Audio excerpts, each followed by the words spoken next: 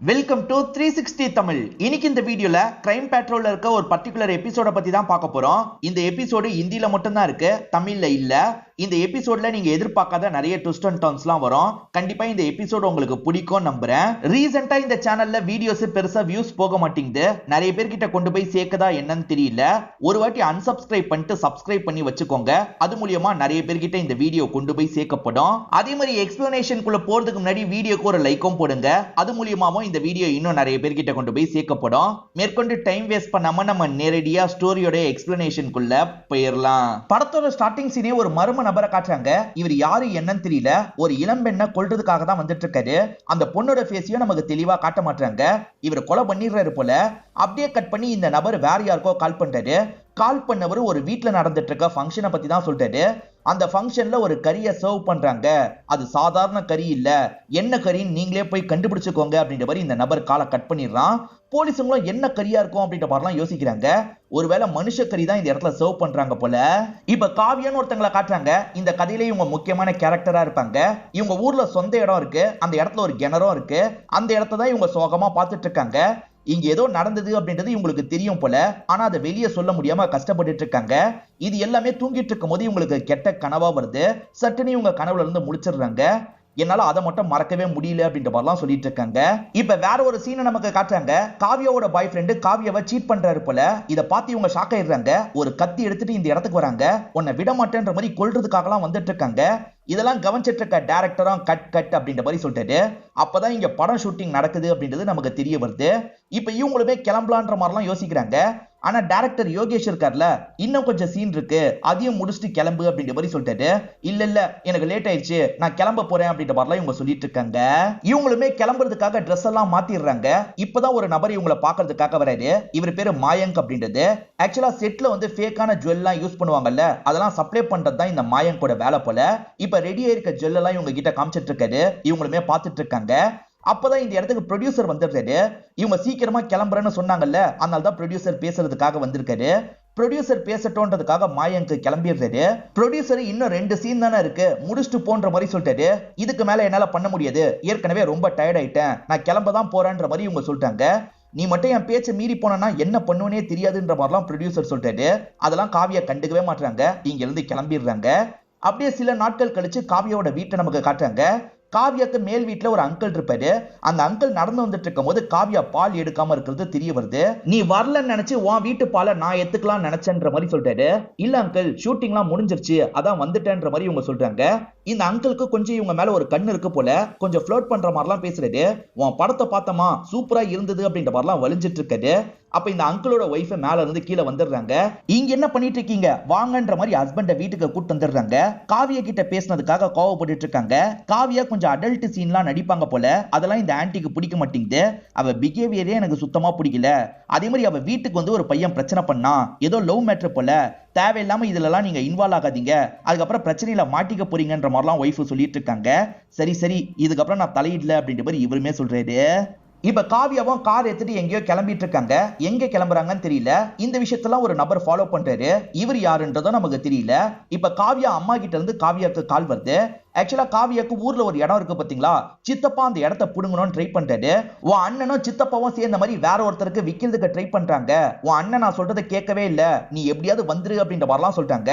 அந்த இடத்தை என் கையை விட்டு போக விட மாட்டேம்மா, அப்பா வாழ்ந்த இடம், நான் சீக்கிரமா வந்துடுறேன்ற மாதிரி இவங்க சொல்றாங்க. அம்மாவும் சரின்ற மாதிரிலாம் காலை கட் பண்ணிடுறாங்க. காவியா முதல்ல ஹோட்டல்ல யாரையோ பாக்குறதுக்காக வந்திருக்காங்க. இந்த வயசானவரோட பேரு வீரேந்தர் அப்படின்றது. வீரேந்தர் கிட்டே எனக்கு 1 கோடி ரூபாய் வேணும்னு கேக்குறாங்க. அதெல்லாம் ரொம்ப அதிகமா, 80 லட்சம் ரூபாய் மட்டும் வாங்கிக்கோ அப்படின்ற மாதிரி சொல்லிட்டு, அதெல்லாம் முடியாது, எனக்கு 1 கோடி ரூபாய் தான் வேணும்ன்ற மாதிரிலாம் கேக்குறாங்க. இப்போதைக்கு 80 லட்சம் ரூபாய் தான் என்கிட்ட இருக்கு, இப்போதைக்கு இதை வாங்கிக்கோ, சீக்கிரமா 20 லட்சம் ரூபாய் தந்துடுறேன்ற மாதிரி சொல்றாரு. எதுக்காக இந்த காசை தராருன்னு கூட நமக்கு தெரிய மாட்டேங்குது. சரி நான் கிளம்புறேன்ற மாதிரி வாங்கிட்டு காவியா இங்க இருந்து கிளம்புறாங்க. ஃபாலோ பண்ண நபர் இங்கேயும் வந்திருக்காரு போல. இவங்க காசை வாங்கிட்டு போறத கவனிக்கிறது. கம்மி ரேட்டுக்கு இடத்த வாங்கிடலான்ற மாதிரி ஒருத்தர் நினைச்சிருப்பாரு. அட்வான்ஸா 2 லட்சம் ரூபாய் தந்து வெயிட் பண்ணிட்டு இருக்காரு. அப்பதான் பொண்ணு இந்த இடத்துக்கு வந்துடுறாங்க. யார் இடத்த யார் விக்கிறது, நாளா இதுக்கு பர்மிஷன் தரமாட்டேன் அப்படின்ற மாதிரி பிரச்சனை பண்ணிட்டு இருக்காங்க. அண்ணன் இருக்கார்ல, நான் சைனை போட்டுட்டேன்னு சொல்லிட்டாரு. நீ சைனை போட்டா விட்டுருவனா, நான் சைனை போட்டாதான் செல்லும், நான் இதுக்கு ஏத்துக்க மாட்டேன்ற மாதிரி சொல்லிட்டாங்க. 2 லட்சம் ரூபாய் தானே அட்வான்ஸா தந்திருக்கீங்க, இந்தாங்க 2 லட்சம் ரூபாய்ன்ற மாதிரி இவங்க காசை தந்துடுறாங்க. அந்த டாக்குமெண்ட் எல்லாம் கிழிச்சு போட்டுறாங்க. இதனால அந்த பிசினஸ் மேனும் அப்செட் ஆன மாதிரி கிளம்பிடுறாரு. அதே மாதிரி அண்ணனுமே இவங்க மேல கோவப்பட்டு இருக்காரு. நான் தான் உனக்கு வேண்டிய காசை தரேன்ல, நீ எதுக்காக இடத்தை விக்கணும்னு நினைக்கிறேன்ற மாதிரி காவியா கேக்குறாங்க. நீ தர காசு மட்டும் எனக்கு போதாது, நான் பிசினஸ் பண்ணணும்னு நினைக்கிறேன், அதுக்கு நிறைய காசு தேவை, உன்கிட்ட சொல்லி சொல்லிலாம் காசை வாங்க முடியாது அப்படின்ற மாதிரி சொல்றாரு. உன் பிசினஸ்க்கு எவ்வளவு காசு வேணும் சொல்லு, நான் ஏற்பாடு பண்ணி தரேன்ற மாதிரி காவியா சொல்லிட்டாங்க. உன்கிட்ட காசு வாங்கணும்ன்ற அவசியம் எனக்கு ஒன்றும் கிடையாது, நீ நடிக்கிறதே அடல்ட் பிலிம், அதுல நிறைய அட்ஜஸ்ட்மெண்ட்லாம் இருக்கும், அதெல்லாம் பண்ணி தானே சம்பாதிக்கிற, எனக்கு அதெல்லாம் தெரியும்ன்ற மாதிரி திட்டிட்டு இங்க இருந்து கிளம்புறாரு. ஏமா இவன் இப்படி பேசிட்டு போறான் அப்படின்ற மாதிரி காவியா பயங்கரமா ஃபீல் பண்றாங்க. அவன் கோவத்துல பேசிட்டு போறான், மனசுல வச்சுக்காதம்மா, நீ இங்க இருந்து சாப்பிட்டு தான் போகணும் அப்படின்ற மாதிரி சொல்லிட்டாங்க. இல்லம்மா, வேற ஒரு வேலை இருக்கு, நான் உங்களை பாக்குறதுக்காகவும் இந்த விஷயத்துக்காகவும் தான் வந்தேன், நான் கிளம்புறேன் அப்படின்ற மாதிரி சொல்லிட்டாங்க. சரி பத்திரமா போயிட்டு வான்ற மாதிரி அம்மாவும் இங்க இருந்து அனுப்பி வைக்கிறாங்க. காவியாக்கு இந்த ஊர்லயே ஒரு இடம் இருக்கிறதா சொன்ன பாத்தீங்களா, அந்த இடத்துக்கு தான் இவங்க வந்திருக்காங்க. வந்தவங்க யாருக்காகவோ வெயிட் பண்ணிட்டு இருக்காங்க. யாரோ வெயிட் பண்ண சொல்லியிருக்காங்க போல, யாரு என்னன்னு தெரியல. இவங்க வெயிட் பண்ணிட்டு இருக்கும் போதுதான் அந்த மர்ம நபர் இந்த இடத்துக்கு வரான். வந்தவன் இருக்கான்ல, இவங்களை கொல்றதுக்கெல்லாம் ட்ரை பண்றான். இவங்களுமே தப்பிக்கிறதுக்கு பயங்கரமா போராட்டம் எல்லாம் பண்ணிட்டு இருக்காங்க. அவன் அட்டாக் பண்ணும்போது இவங்க தப்பிச்சு ஓட ட்ரை பண்ணி கிணத்துக்குள்ள விழுந்துடுறாங்க. என்ன கிணத்துக்குள்ள விழுந்துட்டாங்கன்ற மாதிரி அவனுமே ஷாக் ஆயிடுறான். இப்ப கார்ல கயிறை கட்டிடுறான், உள்ள போய் கிணத்துல இருந்து இவங்களை வெளியே கொண்டு வந்துடுறான். இப்ப இந்த இடத்துல வச்சு இவங்களை துண்டு துண்டா வெட்டுறான். இப்ப 2 நாள் கழிச்சு வேற ஒரு ஸ்பாட்டை நமக்கு காட்டுறாங்க. இங்க பாடி கிடைச்சதா தகவல் வந்திருக்கும். இன்ஸ்பெக்டர் இந்த இடத்துக்கு வந்துடுறாரு. 2 கை 2 கால் தான் கிடைச்சிருக்கு. பெண்ணோட கை காலுன்னு மட்டும் இவங்களுக்கு தெரியுது. மீதி பாகங்கள் எங்கன்ற மாதிரிலாம் யோசிச்சுட்டு இருக்காங்க. ஸ்டார்டிங் ஒரு ஃபங்க்ஷன் நடந்த மாதிரி காமிச்சாங்க பாத்தீங்களா, அந்த ஃபங்க்ஷன்ல எல்லாருமே கறி சாப்பிட்டு இருப்பாங்க. அந்த கறி தான் மனுஷ கறியா என்னன்னு தெரியல, வேணும்ட்டே அந்த சீனை சிங்க் பண்ணி நமக்கு காட்டுறாங்க. கிடைச்ச கை காலை வச்சு அந்த பொண்ணுக்கு என்ன வயசுன்றதை கண்டுபிடிச்சிட முடியும் போல. 25 வயசுல இருந்து 30 வயசுக்குள்ளதான் இருக்கணும் அப்படின்ற மாதிரி அசிஸ்டன்ட் சொல்லிட்டு அந்த வயசுல மிஸ்ஸிங் கம்ப்ளைண்ட் வந்திருக்கான்னு செக் பண்றாங்க. அந்த வயசுல எந்த பொண்ணு மிஸ் ஆகலன்னு தெரிய வருது. அப்ப யாரோட பாடியா இருக்கும்ன்ற மாதிரிலாம் இவங்க யோசிக்கிறாங்க. அப்பதான் அந்த அங்கிள் இருக்கார்ல, கம்ப்ளைண்ட் கொடுக்கறதுக்காக வந்திருக்காரு. அதாவது காவியான்ற கீழ் வீட்டு பொண்ணு காணோன்ற மாதிரி சொல்லிட்டாரு. காணோன்னு உங்களுக்கு எப்படி தெரியும்ன்ற மாதிரி கேட்கறாங்க. சார் ஒரு விஷயம் நடந்தது, அதுக்காக தான் குறிப்பா வந்தேன்னு சொல்லிட்டாரு. இவர் மாடியில இருந்து கீழே இறங்கிட்டு இருக்காரு. அப்ப காவியா வீட்டை விட்டு ஒருத்தன் வேக வேகமா கிளம்பி போறான். கதவு திறந்த மாதிரி இருந்திருக்கும், அதனாலதான் இவர் கம்ப்ளைண்ட் பண்றதுக்காக வந்திருக்காரு. காவியாக்கு ஏதோ ஆபத்து போலன்னு சொல்லிட்டாரு. இதனால இன்ஸ்பெக்டருமே காவியாவோட வீட்டை பாக்குறதுக்காக வராரு. வீட்டுல எல்லா திங்ஸும் கலைஞ்ச மாதிரி இருக்கு, வந்தவன் எதையோ எடுத்துட்டு போயிருக்கான் போலன்னு இன்ஸ்பெக்டர் யோசிக்கிறாரு. அதே மாதிரி இந்த நபரோட ஒய்ஃப் சில விஷயங்களை பார்த்தாங்கல்ல, அதை பத்தி விசாரிக்கணும்னு இன்ஸ்பெக்டர் யோசிக்கிறாரு. நீங்க எக்ஸாக்டா என்ன மேடம் பாத்தீங்க சொல்லுங்கன்ற மாதிரி கேட்கிறாரு. இவங்களுமே பார்த்த விஷயத்தை பத்தி சொல்றாங்க. 2 மாசத்துக்கு முன்னாடி தான் இந்த விஷயத்தை இவங்க கவனிச்சிருப்பாங்க. காவியா கிட்ட ஒரு பையன் சத்தமா பேசிட்டு இருக்கான். போக போக 2 பேருமே ஆர்கியூலாம் பண்ணிட்டு இருந்திருப்பாங்க. ஒரு ஸ்டேஜ்ல அந்த பையன் இருக்கான்ல, வீட்டை விட்டு கோவமா கிளம்பி போயிருப்பான். இந்த விஷயத்தெல்லாம் இந்த ஆன்டி கவனிச்சிருப்பாங்க. என்ன லவ் பண்ணி ஏமாத்திட்டல, என்ன லவ் பண்ணி ஏமாத்திட்டல அப்படின்ற மாதிரி தான் அந்த பையன் சொல்லியிருப்பான். அந்த பையனோட அடையாளம் எப்படி இருந்தது அப்படின்ற மாதிரிலாம் இவங்க கேட்டு தெரிஞ்சுக்கிறாங்க. காவியாக்கு ரிலேஷன்ஷிப்ல பிரச்சனை போலன்னு யோசிக்கிறாங்க. இப்ப காவியாவோட அண்ணனையும் அம்மாவையும் பாக்குறதுக்காக வந்துடுறாங்க. காவியா எங்கன்னு கேக்குறாங்க. காவியா இப்ப மும்பைல ஷூட்டிங்காக போயிருப்பா அப்படின்ற மாதிரிலாம் இவங்க சொல்றாங்க. அப்படியா, நடுவுல கால் பண்ணாலா அப்படின்ற மாதிரி இவங்க கேக்குறாங்க. அவ கால் பண்ணல, நாங்க கால் பண்ணும் போது மேனேஜர் தான் போன் எடுத்தாரு. மேடம் ஃப்ரீ ஆனதுக்கு அப்புறம் நானே கால் பண்ண சொல்றேன்ற மாதிரி அவர் சொல்லியிருப்பாரு. ஆனா அதுக்கப்புறமும் காவியா கிட்ட இருந்து கால் வந்திருக்காது. இத பத்தி இவங்க சொல்லிட்டு இருக்காங்க. ஒருவேளை கிடைச்ச பாடி காவியாவோட பாடி தானா, இல்ல வேற யாரோட பாடியா அப்படின்ற மாதிரி இவங்க யோசிக்கிறாங்க. காவியா கிட்ட சண்டை போட்டு ஒருத்தர் போனார் பாத்தீங்களா, அவர் பேரு பிரமோத் அப்படின்றது. இந்த பிரமோத் தான் ஸ்டார்டிங் காவியாவை ஃபாலோ பண்ண மாதிரியே நமக்கு காமிச்சிருப்பாங்க. இப்ப பிரமோத் இருக்காரு பாத்தீங்களா, வேற ஒரு பொண்ணை பைக்ல ஏத்திக்கிறாரு. அந்த பொண்ணு கூட சிரிச்சு பேசிக்கிட்டே இங்க இருந்து கிளம்புறாரு. இந்த பொண்ணு யாருன்னு தெரியல. காவியா வீட்டுக்கு பக்கத்துல சிசிடிவி ஃபுட்டேஜ் இருக்கும், அதுல ஏதாவது கிடைக்குமான்ற மாதிரி இன்ஸ்பெக்டர் பார்த்துட்டு இருக்காரு.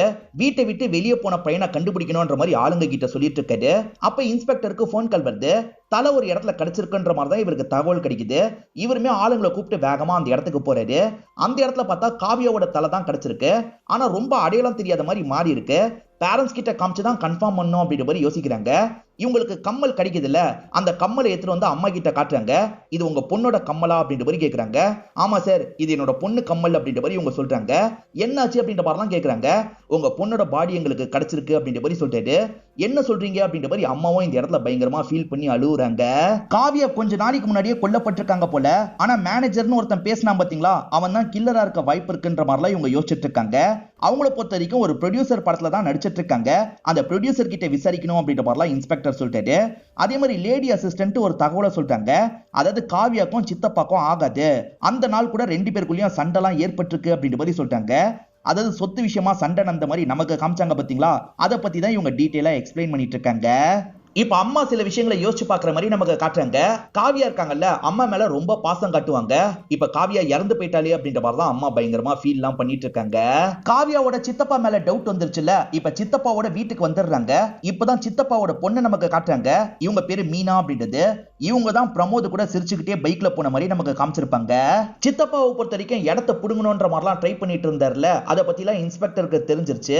இடத்துக்காக தானே அவளை கொலை பண்ணிருக்கீங்க அப்படின்ற மாதிரிலாம் கேக்குறாரு. சார் நான் தான் கொலை பண்ணேன், உங்ககிட்ட என்ன சார் ப்ரூஃப் இருக்கு, இந்த மாதிரி மேல எல்லாம் கையை வைக்காதீங்க, கையை எடுங்கன்ற மாதிரிலாம் இவர் பேசுறாரு. இன்ஸ்பெக்டர் கிட்டயும் சாலிடான ப்ரூஃப் இல்ல, அதனால இன்ஸ்பெக்டர் இங்க இருந்து கிளம்பிடுறாரு. இப்ப வேற ஒரு டீம் இருக்காங்க பாத்தீங்களா, அந்த ப்ரொடியூசரை பாக்குறதுக்காக ஆபீஸ்க்கு வந்துடுறாங்க. ப்ரொடக்ஷன் ஒர்க்லாம் அங்க போயிட்டு இருக்கு போல. இப்ப ப்ரொடியூசரை பார்த்து இவங்களுமே காவியாவை பத்தி பேச ஆரம்பிக்கிறாங்க. காவியா கொல்லப்பட்டிருக்காங்க, ஆனா மேனேஜர்ன்ற மாதிரி ஒருத்தன் பேசியிருக்கான், காவியாக்கு மேனேஜர் இருக்காங்களா அப்படின்ற மாதிரி கேக்குறாங்க. சார் காவியாக்கு மேனேஜர்லாம் கிடையாதுன்ற மாதிரி இவருமே சொல்றாரு. காவியாக்கு ஷூட்டிங் ஸ்பாட்ல யார் கூடயாவது பிரச்சனை ஏற்பட்டதான்னு இந்த போலீஸ் கேக்குறாரு. இப்ப ப்ரொடியூசர் ஒரு விஷயத்தை யோசிச்சு பாக்குறாரு. இவர் தான் காவியாக்கு வார்னிங் தந்திருப்பாரு, ஷூட்டிங் மட்டும் பண்ணாம போனா என்ன பண்ணுவனே தெரியாதுன்னு சொல்லியிருப்பாரு. ஆனா இந்த போலீஸ் கிட்ட எனக்கு எதுவுமே தெரியாது சார், யார் கூடயும் பிரச்சனை எல்லாம் இல்லன்ற மாதிரி சொல்லிடுறாரு. இப்ப லேடி அசிஸ்டன்ட்டோ சிசிடிவி மூலியமா இன்ஸ்பெக்டர் கிட்ட ஒரு விஷயத்த சொல்லிட்டு இருக்காங்க. ஆக்சுவலா காவியா நைட்டு நேரம் கார் எடுத்துட்டு கிளம்பி இருப்பாங்க. அப்படி போனவங்க திரும்பி வந்திருக்கவே மாட்டாங்க. அதாவது சித்தப்பா கூட மதியான நேரம் சண்டை போட்டாங்க பாத்தீங்களா, அன்னைக்கு நைட்டு கார் எடுத்துட்டு போயிருப்பாங்க, திரும்பி வந்திருக்கவே மாட்டாங்க. அதே மாதிரி காவியா காரை ஃபாலோ பண்ற மாதிரி பின்னாடி ஒருத்தன் பைக்ல போயிருப்பான். இவன் பைக் நம்பரை வச்சு இவன் யாருன்றத கண்டுபிடிச்சிட்டோம் சார், இவன் பேரு பிரமோத் அப்படின்ற மாதிரி அசிஸ்டன்ட் சொல்றாங்க. யார் இந்த பிரமோத், சீக்கிரமா அவனை லாக் பண்ணுங்கன்ற மாதிரி இன்ஸ்பெக்டர் சொல்லிட்டாரு. இப்ப ஆளுங்க இருக்காங்கல்ல, பிரமோத லாக் பண்ணிடுறாங்க. நீ தான் ஃபாலோ பண்ணிட்டு போயிருக்க, நீ தானே கொலை பண்ண அப்படின்ற மாதிரிலாம் இவர் கேட்கிறாரு. நான்லாம் கொலை பண்ணல அப்படின்ற மாதிரி பிரமோத் இந்த இடத்துல சொல்லிட்டாரு. வீடு புந்து யாரோ பேக் எடுத்தாங்கல்ல, நீ தானே இந்த பேக்கை எடுத்தன்னு கேட்கிறாரு. சார் சத்தியமா நான் பேக் எல்லாம் எடுக்கல, அன்னைக்கு நைட்டு பைக்ல ஃபாலோ பண்ணது நான் தான், நான் கம்ப்ளீட்டா ஃபாலோ பண்ணல, கொஞ்ச நேரம் ஃபாலோ பண்ணேன், அதுக்கப்புறம் விட்டுட்டேன் அப்படின்ற மாதிரிலாம் சொல்றாரு. உனக்கும் காவியாக்கும் என்ன சம்பந்தம் அப்படின்ற மாதிரி இன்ஸ்பெக்டர் கேட்கிறாரு. இந்த பிரமோதம் சொல்ல ஆரம்பிக்கிறாரு. ஆக்சுவலா பிரமோதம் காவியாவும் ஒரு டைம் லவ் பண்ணிருப்பாங்க. அதாவது 2 பேருமே ஊர்ல இருந்த டைம்ல லவ் பண்ணிருப்பாங்க. காவியா இருக்காங்கல்ல, சினிமாக்கு ட்ரை பண்ணும் அப்படின்ற மாதிரிலாம் நினைக்கிறாங்க. அதுக்கு நிறைய காசு தேவைப்படுது, என்கிட்ட காசு இல்லைன்ற மாதிரிலாம் புலம்பிட்டு இருக்காங்க. இவர் இருக்கார்ல, என்கிட்ட சேவிங்ஸா காசு இருக்கு, நான் தரேன், நீ ட்ரை பண்ணு அப்படின்ற மாதிரிலாம் என்கரேஜ் பண்ணியிருப்பாரு. அவங்க ட்ரை பண்ணி சினிமால வாய்ப்பு கிடைச்சிருக்கும், சம்பாதிக்க ஆரம்பிச்சிருப்பாங்க. ஆனா சம்பாதிக்க ஆரம்பிச்சோன்னா பிரமோதை அவாய்ட் பண்ணுவாங்க. பிரமோதுக்கு ரொம்ப கஷ்டமா இருக்கும், பேசிலாம் பார்த்திருப்பாரு. அப்பயுமே பிரமோதை இவங்க அவாய்ட் பண்ணிக்கிட்டே இருப்பாங்க. அதனால தான் என்னதான் பண்றா பாக்கலான்ற மாதிரி இவர் ஃபாலோ பண்ணிருப்பாரு. வீரேந்தர்னு ஒரு பெரியவரை பார்த்து அவர்கிட்ட இருந்து 80 லட்சம் ரூபாய் வாங்கிட்டு போயிருப்பாங்க. வாங்கிட்டு போனதை பார்த்திருக்க, வீடு புந்து காசை தூக்கியிருக்க, உண்மையை சொல்லுன்ற மாதிரி இன்ஸ்பெக்டர் கேட்கிறாரு. சார் சத்தியமா காசை தூக்குனது நான் இல்ல, நீங்க 2 பேரோட பிசிக்கையும் செக் பண்ணி பாருங்கன்னு சொல்லிட்டாரு. செக் பண்ணி பார்த்தா வேற ஒருத்தன்றது தெரியுது. காவியா ஒரு பெரியவர்கிட்ட காசு வாங்கினதா சொன்னல, அந்த பெரியவர் பார்க்க எப்படி இருந்தாரு அப்படின்ற மாதிரி இன்ஸ்பெக்டர் கேட்கிறாரு. சார் அவரோட காரை மட்டும் நான் போட்டோவே எடுத்திருக்கேன்ற மாதிரி இவர் காட்டுறாரு. அந்த பெரியவர் கிளம்பி போகும்போது தான் காரை இவர் போட்டோ எடுத்திருப்பாரு. இப்ப இன்ஸ்பெக்டர் கிட்ட போட்டோவை தந்துடுறாரு.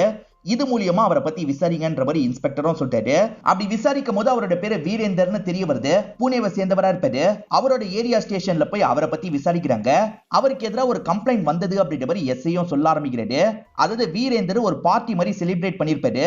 அந்த பார்ட்டில அவர் வேற கரியை பயன்படுத்துறாரு அப்படின்ற மாதிரி எங்களுக்கு கால் வந்தது. நாங்களுமே செக் பண்றதுக்காக போனோம், ஆனா எல்லாருமே நல்லபடியா தான் சாப்பிட்டுட்டு இருந்தாங்க, நாங்க விட்டுட்டோன்ற மாதிரி சொல்றாரு. சரி அந்த வீரேந்தரை வீட்டுல போய் பார்க்கலான்ற மாதிரி இவங்களுமே வீட்டை பாக்குறதுக்காக வராங்க. வீடு பூட்டு போட்டிருக்கு. அப்ப வீரேந்தர் எங்கேயோ வெளியே போயிருக்காரு போல அப்படின்ற மாதிரிலாம் இவங்க யோசிச்சுட்டு இருக்காங்க. இப்ப பக்கத்து வீட்டு லேடியை கூப்பிட்டு பேசுறாங்க. பார்ட்டி நடந்ததுல நீங்க வந்தீங்களான்னு கேக்குறாங்க. ஆமா சார், நிறைய பேர் வந்தோம், பார்ட்டில நல்லா தான் சார் சாப்பாடுலாம் இருந்தது, ஆனா மறுநாள் தான் அந்த சாப்பாடு வேலையை காட்டுச்சு, நிறைய பேருக்கு உடம்பு முடியாம போயிருச்சு, நிறைய பேர் பயங்கரமா வாந்திலாம் எடுத்தாங்க அப்படின்ற மாதிரி சொல்றாங்க. என்ன சொல்றீங்க அப்படின்ற மாதிரி இன்ஸ்பெக்டரும் அதிர்ச்சி ஆவறாரு. நீங்க சாப்பிட்டது ஆட்டுக்கறி இல்ல, ஜீரணம் ஆகாத வேற ஒரு கறின்ற மாதிரி டாக்டர் சொன்னாருன்ற மாதிரி இந்த லேடி சொல்லிட்டாங்க. ஒருவேளை மனுஷ கறியா இருக்குமான்ற மாதிரி இன்ஸ்பெக்டர் இந்த இடத்துல யோசிக்கிறாரு. கண்டிப்பா கதை உடைச்சு உள்ள போனோம்னு நினைக்கிறாரு. இப்ப கதை உடைச்சு உள்ள வந்துடுறாரு. இவங்க வீட்டுல நிறைய ஏசி இருக்கு, எல்லா ஏசியும் ஆன்ல இருக்கு. என்ன எல்லா ஏசியும் ஆன்ல இருக்குன்ற மாதிரிலாம் யோசிக்கிறாங்க. வீட்டு மூலையில ஒரு பெரிய பீரோ இருக்கு. அதை ஓபன் பண்ணி பார்த்தா இவரோட குடும்பத்தை சேர்ந்த எல்லாருமே அந்த இடத்துல இறந்து போயிருக்காங்க. கையெல்லாம் கட்டப்பட்டிருக்கு, வாயெல்லாம் லாக் செய்யப்பட்டிருக்கு. எல்லாரையும் யாரோ கொலை பண்ணிட்டு போயிருக்காங்க போல அப்படின்ற மாதிரிலாம் இவங்க யோசிக்கிறாங்க. ஏசி ஆன்லயே இருந்தா ஸ்மெல் சீக்கிரமா வெளியே வராதுல்ல, அதனால தான் யாரோ ஏசி ஆன் பண்ணி வச்சுட்டு போயிருக்காங்க அப்படின்ற மாதிரிலாம் இவங்க யோசிக்கிறாங்க. காவியாக்கும் இந்த வீரேந்தருக்கும் என்ன தொடர்பு? வீரேந்தர் ஜுவல்லரி பிசினஸ் பண்றவரு, காவியா ஆக்ட்ரஸ். இவங்க ரெண்டு பேருக்குள்ள என்ன லிங்க்ன்ற மாதிரிலாம் யோசிக்கிறாரு. இந்த வீரேந்தர் ஒரு பார்ட்டி ஆர்கனைஸ் பண்ணாரு பாத்தீங்களா, அந்த இடத்துல சமையல் வேலையெல்லாம் பாக்குறதுக்காக குகன் ஒரு பையன் தான் வந்திருப்பான். அந்த பையன் இப்ப எங்க இருக்கான்னு தெரியல. அந்த பையனை அமுக்குனா உண்மை தெரிஞ்சிடும், அவன் என்ன கலந்தான்றது தெரிஞ்சிடும்ன்ற மாதிரிலாம் இன்ஸ்பெக்டர் சொல்லிட்டாரு. அப்படியே கட் பண்ணி அந்த பையனை நமக்கு காட்டுறாங்க. அந்த பையன் ஒரு இடத்துல ஐஸ்கிரீம் சாப்பிட்டுக்கிட்டே நடந்து போயிட்டு இருக்கான். உங்களுக்கு வீரேந்தர்னு யாரையாவது தெரியுமான்ற மாதிரி அம்மா கிட்ட கேக்குறாரு. தெரியாதுன்ற மாதிரி சொல்றாங்க. உங்க பொண்ணு கூட சொன்னது இல்லையான்னு கேக்குறாரு. பொண்ணு கூட சொன்னது இல்லைன்ற மாதிரி இவங்க சொல்றாங்க. உங்களுக்கு யார் மேலேயாவது சந்தேகம் இருக்கான்ற மாதிரி கேக்குறாரு. சித்தப்பா தான் சார் எப்ப பாரு இவன் மேல கோவப்பட்டுக்கிட்டே இருப்பாரு, அவர் மேலதான் எனக்கு சந்தேகம் இருக்குன்ற மாதிரிலாம் அம்மா சொல்றாங்க. இப்பதான் ஹஸ்பண்ட் போட்டோவை இன்ஸ்பெக்டர் பாக்குறாரு. உங்க ஹஸ்பண்ட் எப்படி இறந்து போனாருன்னு கேக்குறாரு. கிணத்துல தெரியாம தவறி விழுந்து இறந்து போயிட்டாரு அப்படின்ற மாதிரிலாம் இவங்க சொல்றாங்க. அப்படியே கட் பண்ணி 3 வருஷத்துக்கு முன்னாடி நடந்த விஷயத்த நமக்கு காட்டுறாங்க. இட விஷயமா அப்பாக்கும் சித்தப்பாக்கும் தகராறு நடந்துகிட்டே இருக்கும். அது முத்தி போய் ரெண்டு பேருமே சண்டை போடுவாங்க. சித்தப்பா தள்ளுவாரு, தெரியாதனமா அப்பா கிணத்துக்குள்ள போய் விழுந்துருவாரு. இந்த இடத்துக்கு வந்துட்டு இருக்க காவியா இந்த விஷயத்த பாத்துருவாங்க. சித்தப்பா ஏன் இப்படி பண்ணீங்கன்ற மாதிரிலாம் கேட்டுட்டு இருக்காங்க. இப்ப சித்தியம் பின்னாடியே வந்துடுறாங்க. உள்ள இருக்கிறவரு இறந்து போயிருக்காரு அப்படின்றது தெரிய வந்துருது. சித்தப்பா பண்ணதை பத்தி யார்கிட்டயும் சொல்லிடாதம்மா பிளீஸ் அப்படின்ற மாதிரிலாம் சித்தி ரொம்ப கெஞ்சி கேட்டிருப்பாங்க. இவ்வளவு கெஞ்சி கேட்கறதுனால தான் சித்தப்பாவை பத்தி இந்த பொண்ணு வெளியே சொல்லியிருக்க மாட்டா. என் மைண்டுக்குள்ள ஒண்ணு இருக்குன்னு சொன்னா பாத்தீங்களா, அது இதுவா தான் இருக்கும். இத பத்திலாம் பிரசன்ட்ல சித்தி சொல்லிட்டு இருக்காங்க. அவங்க அப்பாவை சாவடிச்சீங்க, இப்ப அந்த பொண்ணிய சாவடிச்சிட்டீங்களா அப்படின்ற மாதிரிலாம் கேக்குறாங்க. தேவையில்லாம உளறிட்டு இருக்காத, அந்த இடத்தை விக்கிறதுக்கான வேலையை நான் பண்ண போறேன்னு சொல்லிட்டாரு. இவர் தான் உண்மையில சாவடிச்சாரா என்னன்றது தெரியல. போலீஸுங்களும் யாரு சாவடிச்சிருக்க வாய்ப்பு இருக்குன்ற மாதிரிலாம் யோசிக்கிறாங்க. இவங்களால ஒரு முடிவுக்கே வர முடியல. வீரேந்தருக்கும் இந்த பொண்ணுக்கும் என்ன தொடர்பு இருக்குன்னு முதல்ல கண்டுபிடிக்கணும், அப்பதான் நம்மளால அடுத்த ஸ்டெப்புக்கு போக முடியும்ன்ற மாதிரிலாம் சொல்றாரு. ஷூட்டிங்ல ஒர்க் பண்ணவங்க கிட்ட பேசி பார்க்கலான்னு பேசி பாக்குறாங்க. பிரோஜனமா எதுவுமே உங்களுக்கு கிடைக்க மாட்டேங்குது. கிளம்பலான்னு நினைக்கும் போது ஒரு அசிஸ்டன்ட் பொண்ணு இந்த இடத்துக்கு வரா. எனக்கு தெரிஞ்ச ஒரு தகவலை சொல்றேன்ற மாதிரி சொல்ல ஆரம்பிக்கிறா. இப்பதான் நடந்த விஷயத்த நமக்கு காட்ட ஆரம்பிக்கிறாங்க. நான் நடிக்க மாட்டேன்ற மாதிரி காவியா கிளம்புனாங்கல்ல, இந்த அசிஸ்டன்ட் பொண்ணு தான் பேசுறதுக்காக வந்திருப்பா. இன்னும் 2 சீன் தான் மேடம், நடிச்சு கொடுத்துட்டு போங்கன்ற மாதிரிலாம் கேட்டிருப்பா. இல்ல உனக்கு தெரியாது, அந்த டைரக்டர் என்கிட்ட அட்ஜஸ்ட்மெண்ட் கேக்குறாரு. நான் முடியாதுன்னு எவ்வளவோ சொல்லிட்டேன், ஆனாலும் கேட்கவே மாட்டாரு. ப்ரொடியூசர் கிட்ட கூட இதை பத்தி சொல்லிட்டேன், ப்ரொடியூசர் அட்ஜஸ்ட் பண்ணிக்கோன்ற மாதிரி சொல்லிட்டாரு. என்னால அட்ஜஸ்ட்லாம் பண்ண முடியாது, அந்த கோவத்தை மனசுல வச்சுதான் இங்க இருந்து கிளம்புறேன், மத்தபடி வேலைக்கு பயந்து இல்லன்ற மாதிரிலாம் சொல்லிட்டு கிளம்புறாங்க. டைரக்டர் அட்ஜஸ்ட்மெண்ட்டுக்காக கேட்டிருக்காரு, நீங்களும் அட்ஜஸ்ட் பண்ணி நடந்துக்கோன்ற மாதிரி சொல்லியிருக்கீங்க, உண்மைதானே இன்ஸ்பெக்டர் கேட்கிறாரு. சார் அதெல்லாம் உண்மை கிடையாது, அவ பொய்யா சொல்லியிருக்கா, எனக்கும் இதுக்கும் சம்பந்தம் இல்லைன்ற மாதிரி சொல்லிட்டாரு. இப்ப இன்ஸ்பெக்டர் டைரக்டரை உட்கார வச்சு பேசுறாரு. நீங்க அட்ஜஸ்ட்மெண்ட்டுக்கு கேட்டிருக்கீங்களா, உண்மையை ஒத்துக்கோங்கன்னு கேக்குறாரு. எது அட்ஜஸ்ட்மெண்ட்டுக்கு நான் கேட்டனா, நானும் அந்த மாதிரி கேட்கலன்ற மாதிரி இவருமே சொல்லிட்டாரு. ஆனா போலீஸுங்களால இவங்க 2 பேர் சொல்றத நம்ப முடியல. இவங்க அட்ஜஸ்ட்மெண்ட்டுக்கு கேட்டிருக்க கூட வாய்ப்பு இருக்குன்னு நினைக்கிறாங்க. காவியா அண்ணன் இருக்காரு பாத்தீங்களா, பேக் நிறைய காசு எடுத்துட்டு வந்திருக்காரு. அம்மாவும் ஏது இந்த காசு அப்படின்ற மாதிரிலாம் கேக்குறாங்க. சித்தப்பா கூட சேர்ந்த மாதிரி இடத்தை விற்கிறதுக்கு முடிவு பண்ணிட்டேன், அட்வான்ஸா இந்த காசு கிடைச்சது, அவதான் இறந்து போயிட்டால, இதுக்கப்புறம் நம்ம என்ன பண்றது, நம்ம வேலையை பார்க்க தேவையில்லையா, அதனாலதான் விற்கிறதுக்கு முடிவு பண்ணிட்டேன் அப்படின்ற மாதிரிலாம் இவன் சொல்றான். அந்த டைரக்டர் பேரு யோகேஷ் அப்படின்றது, அவரை பத்தி இண்டஸ்ட்ரியில விசாரிச்சிருப்பாங்க. அவர் எல்லா ஆக்டர்ஸ் கிட்டயும் அட்ஜஸ்ட்மெண்ட் கேட்பாரு அப்படின்றது இவங்களுக்கு கன்ஃபார்ம் ஆயிருது. சோ கண்டிப்பா அவங்க சொன்ன மாதிரி நடந்திருக்கு. இவங்க 2 பேர் கூட அந்த பொண்ணு மேல ஆசைப்பட்டு ஏதாவது பண்ணிருக்க கூட வாய்ப்பு இருக்கு. நம்ம அந்த ஆங்கிள்லயும் விசாரிக்கணும் அப்படின்ற மாதிரிலாம் இன்ஸ்பெக்டர் சொல்றாரு. இப்பதான் அசிஸ்டன்ட் ஒரு தகவலை சொல்றதுக்காக வராரு. அதாவது வீரேந்தர் எப்படி இறந்து போனாருன்றதை தான் சொல்றதுக்காக வராரு. கண்டிப்பா அது சூசைட் தான் அப்படின்ற மாதிரி தான் ரிப்போர்ட் வந்திருக்கும். ஏன்னா எக்ஸ்ட்ராவா யாரோட ஃபிங்கர் பிரிண்டும் அந்த இடத்துல கிடைச்சிருக்காது. குடும்பமா சேர்ந்த மாதிரி தான் இந்த மாதிரி முடிவு எடுத்திருக்காங்க அப்படின்ற மாதிரி சொல்லிட்டாரு. குடும்பமா எதுக்காக சூசைட் பண்ணோம், ஒண்ணுமே புரியலையே அப்படின்ற மாதிரி இவருமே இந்த இடத்துல யோசிக்கிறாரு. இதை தாண்டி ஆளுங்க வேற ஒரு விஷயத்த கண்டுபிடிச்சிருக்காங்க. அதாவது பிரமோதும் மீனாவும் சேர்ந்த மாதிரி சுத்திட்டு இருந்திருக்காங்க. இதை நிறைய பேர் பார்த்திருக்காங்கன்ற மாதிரிலாம் சொல்றாங்க. இவங்க 2 பேர் எதுக்காக சுத்துனாங்க அப்படின்ற மாதிரிலாம் இன்ஸ்பெக்டர் யோசிக்கிறாரு. அந்த மீனாவை கூட்டுவாங்க அப்படின்ற மாதிரி சொல்லிட்டாரு. இப்ப மீனா இந்த இடத்துக்கு வந்துடுறாங்க. மீனா கிட்ட அதை பத்தி கேட்கிறாரு. மீனா சொன்னா காவியா கேட்பாங்க, இன்னால் தான் பிரமோதி எனக்கு ஹெல்ப் பண்ணு அப்படின்ற மாதிரிலாம் இவங்க கிட்ட கேட்டிருப்பாரு. இவங்களுமே சரின்ற மாதிரி ஏத்திருப்பாங்க. 2 பேரை சேர்த்து வைக்கிறதுக்காக தான் நான் ட்ரை பண்ணேன் அப்படின்ற மாதிரிலாம் இவங்க சொல்லிட்டு இருக்காங்க. இதை தாண்டி நானே உங்ககிட்ட ஒரு விஷயத்த சொல்லணும்னு நினைச்சேன். என்னோட பெரியப்பாவை கொன்னது என்னோட அப்பா தான் அப்படின்ற மாதிரி சொல்லிட்டாங்க. என்ன சொல்றேன்ற மாதிரி இந்த லேடி ஆபீசர் ஷாக் ஆகுறாங்க. மீனாவோட அப்பாவும் அம்மாவும் பழைய கதையை பத்தி எல்லாம் பேசிட்டு இருந்தாங்கல்ல. அப்படி பேசிட்டு அப்பா கோவமா கிளம்பி போயிருப்பாரு. அப்படி கிளம்பி போகும்போது தான் அந்த இடத்துல இருந்து இந்த பொண்ணு கேட்ட மாதிரி நமக்கு காட்டுறாங்க. இவ கேட்ட விஷயத்தை தான் போலீஸ் கிட்ட சொல்லியிருக்கா. இதனால சித்தப்பாவை லாக் பண்ணிடுறாங்க. உங்க அண்ணனை நீங்க தான் கொலை பண்ணிருக்கீங்க, இந்த பொண்ணியை நீங்க தானே கொலை பண்ணீங்க, ஒழுங்கா ஒத்துக்கோங்க அப்படின்ற மாதிரிலாம் இன்ஸ்பெக்டர் கேட்கிறாரு. சார், அண்ணனையே நான் வேணும்ட்டே எல்லாம் கொலை பண்ணல சார், தெரியாம தள்ளி விட்டு அவர் விழுந்துட்டாரு, சத்தியமா நான் வேணும்ட்டே பண்ணல. இந்த காவியாவும் இடத்த விற்காம என்ன ரொம்ப டார்ச்சர் பண்ணிட்டு இருந்தா, கோபம் இருந்தது உண்மைதான், அதுக்காக கொலை பண்ற அளவுக்குலாம் நான் மோசமானவன் கிடையாது சார், நான் சத்தியமா கொலைலாம் பண்ணல அப்படின்ற மாதிரி இவர் சொல்றாரு. குகன் ஒரு சமயக்கார பையனை தேடிட்டு இருந்தாங்க பாத்தீங்களா, அவனை கண்டுபிடிச்சிடுறாங்க. இப்ப இவங்க ஸ்டேஷனுக்கு கூட்டு வந்துடுறாங்க. இன்ஸ்பெக்டரும் போட்டு பயங்கரமா அடிக்கிறாரு. அந்த வீரேந்தர் வீட்டுல நீ சமைச்சல்ல, ஒரு பொண்ணோட பாடியை வச்சு தானே சமைச்ச, ஒழுங்கா ஒத்துக்கோன்ற மாதிரிலாம் கேட்கிறாரு. இது பாடியை வச்சு சமைச்சனா? இல்ல சார், நடந்ததே வேறன்ற மாதிரி இந்த பையனும் சொல்ல ஆரம்பிக்கிறான். வீரேந்தர் இருக்கறல, ஒரு பார்ட்டி பண்ண போறேன், நீ தான் சமைக்கணும், ஆனா நீ ஆட்டுக்கறியை வச்சு சமைக்க கூடாது, நாய்க்கறியை வச்சு சமைக்கணும்ன்ற மாதிரி சொல்றாரு. இது நாய்க்கறியை வச்சு சமைக்கணுமா, கண்டுபிடிச்சா எனக்கு பிரச்சனை அப்படின்ற மாதிரிலாம் இந்த பையன் சொல்லியிருப்பான். ப்ளீஸ் பா, நிறைய காசு தரேன் பண்ணுன்ற மாதிரி கேட்டிருப்பாரு. இவனுமே வேற வழி இல்லாம பண்ணிருப்பான். எதுக்காகடா வேணும்ட்டு எல்லாரையும் கூப்பிட்டு நாய்க்கறி போட போறாரு அப்படின்ற மாதிரி இன்ஸ்பெக்டர் கேட்கிறாரு.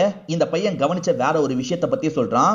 வீரேந்தருக்கு ஏகப்பட்ட லாஸ் இருக்கும் போல, நிறைய கடன்ல இருக்காரு, அதெல்லாம் சரியாகணும்னா இந்த பரிகாரத்தை பண்ணணும்ன்ற மாதிரி ஒய்ஃபு கிட்ட பேசியிருப்பாரு. அதெல்லாம் இந்த பையன் கவனிச்சிருப்பான். ஏதோ பரிகாரத்துக்காக தான் இப்படி பண்ணாரு போல அப்படின்ற மாதிரிலாம் இன்ஸ்பெக்டர் கிட்ட சொல்றான். அந்த வீரேந்தர் நம்பரை வச்சு யார்கிட்ட எல்லாம் பேசியிருக்கான்றதை ஃபில்டர் பண்ணுங்கன்ற மாதிரி சொல்லிட்டாரு. இப்ப லேடி அசிஸ்டன்ட் புதுசா ஒரு தகவலை சொல்லிட்டாங்க. அதாவது காவியா இருக்காங்கல்ல, முகேஷ்னு ஒரு ப்ரொடியூசருக்கு எதிராக கேஸை ஃபைல் பண்ணிருப்பாங்க. அந்த ப்ரொடியூசர் என்கிட்ட அட்ஜஸ்ட்மெண்ட்டுக்கு கேட்டாருன்ற மாதிரி சோஷியல் மீடியாலையும் பதிவு போட்டிருப்பாங்க. அந்த ப்ரொடியூசர் பேரு முகேஷ்னு சொன்னாங்கல்ல, முகேஷை விசாரிக்கணும்னு நினைக்கிறாரு. இப்ப முகேஷை லாக் பண்ணிடுறாரு. நீங்க அட்ஜஸ்ட்மெண்ட்டுக்கு கேட்டதா அந்த பொண்ணு போஸ்ட் போட்டிருக்கா, அதை பார்த்து கோவப்பட்டு தானே சாவடிச்சிட்டீங்கன்னு இன்ஸ்பெக்டர் கேட்கிறாரு. அதுக்கு முகேஷ் இருக்கார்ல, அதே பொண்ணு என்கிட்ட மன்னிப்பு கேட்டிருக்கா, இதை பாருங்கன்ற மாதிரி ஒரு போஸ்டை காட்டுறாரு. நீங்க மிரட்டி இந்த மாதிரி போட வச்சிருப்பீங்கன்னு இன்ஸ்பெக்டர் சொல்லிட்டாரு. சார், நடந்ததே வேற சார், நான் எல்லாத்தையும் சொல்றேன்ற மாதிரி இந்த முகேஷும் சொல்ல ஆரம்பிக்கிறாரு. ஒரு 6 மாசத்துக்கு முன்னாடி நடந்த விஷயத்தை தான் இவர் சொல்ல ஆரம்பிக்கிறாரு. என்னமா இவ்வளவு நகை போட்டிருக்கன்ற மாதிரி முகேஷ் கேட்டிருப்பாரு. பாதி விலைக்கு கிடைச்சா போட வேண்டியதுதான் அப்படின்ற மாதிரி இவங்க சொல்றாங்க. எது பாதி விலைக்கு கிடைச்சதா, எப்படிமா கிடைக்கும்ன்ற மாதிரி இவர் கேட்கிறாரு.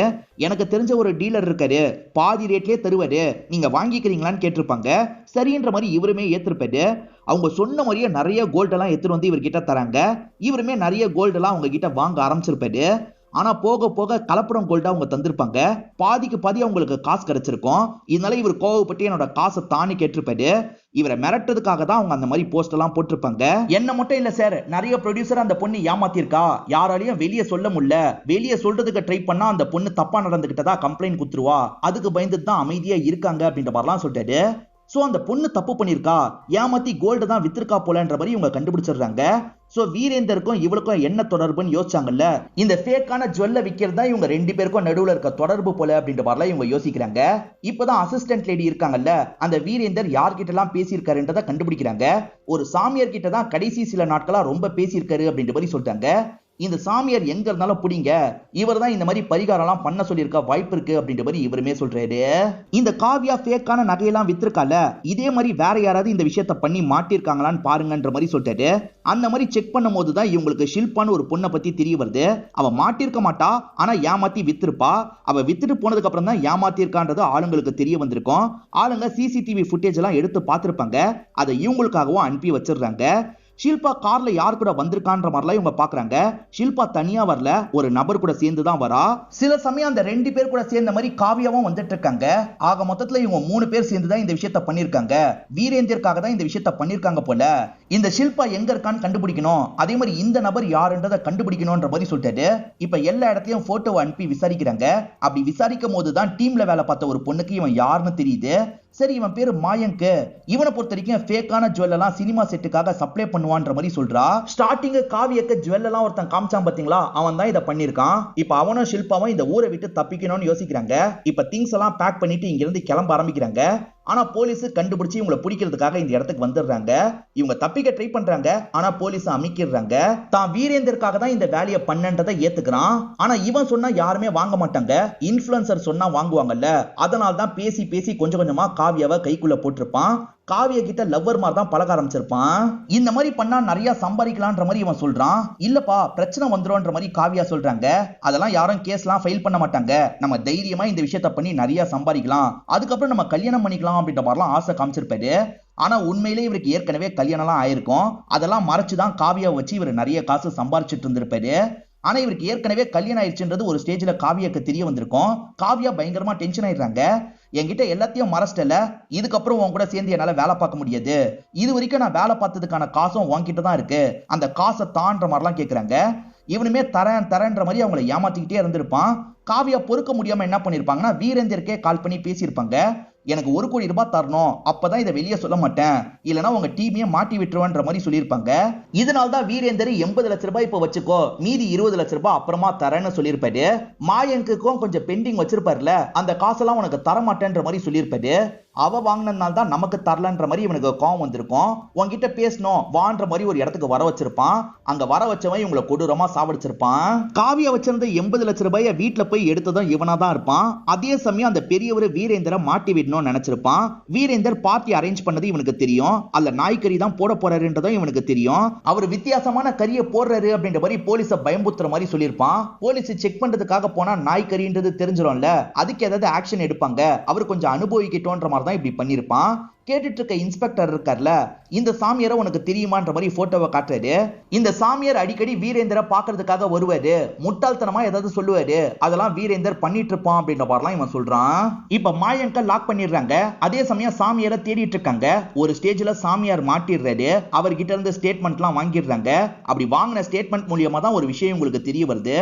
ஒரு நல்ல நாள் பீரோக்குள்ள லாக் செய்யப்பட்ட மாதிரி நீங்க பூஜை பண்ணும் அப்படின்ற மாதிரி சொல்லியிருப்பாரு. அந்த மாதிரி பூஜை பண்ணி தான் எல்லாருமே இறந்து போயிருப்பாங்க. அதாவது புராரி டெத் கேஸ்ல வரும் பாத்தீங்களா, அதே மாதிரி இவர் ஒண்ணு பண்ண சொல்லியிருக்காரு. அப்படி பண்ணி தான் இறந்து போயிருக்காங்க. இந்த காலத்திலேயே விருந்தாளிகளை கூப்பிட்டு நாய்க்கறியை சாப்பிட வச்சோம்னா நம்ம கடன் பிரச்சனை எல்லாம் தீரும், அதே மாதிரி ரூம்குள்ள லாக் செய்யப்பட்ட மாதிரி பூஜை பண்ணா நமக்கு நல்லது நடக்கும்ன்றத மக்கள் நம்புறாங்களே, இந்த மக்களை என்ன சொல்றது அப்படின்ற மாதிரிலாம் இன்ஸ்பெக்டரும் அசிஸ்டன்ட் கிட்ட புலம்புறாரு. இதோடய இந்த கதையை நமக்கு முடிச்சிடுறாங்க. இந்த கதையில வந்த ட்விஸ்ட் அண்ட் டர்ன்ஸ்லாம் உங்களுக்கு பிடிச்சிருக்கும்னு நம்புறேன். இந்த வீடியோ உங்களுக்கு பிடிச்சிருந்ததுன்னா லைக் பண்ணுங்க, கமெண்ட் பண்ணுங்க, மறக்காம 360 தமிழ் சேனலை சப்ஸ்கிரைப் பண்ணுங்க. தொடர்ச்சியா இந்த மாதிரி வீடியோக்கள் வந்துகிட்டே தான் இருக்கும்.